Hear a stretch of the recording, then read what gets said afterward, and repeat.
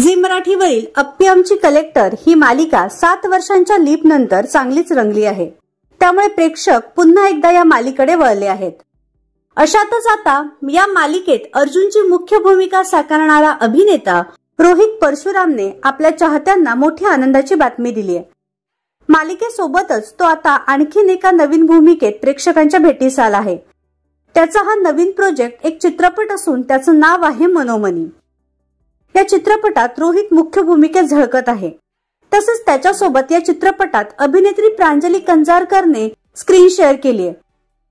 नुकताच त्याच्या या चित्रपटाचा पहिला शो सांगली येथे प्रदर्शित झाला।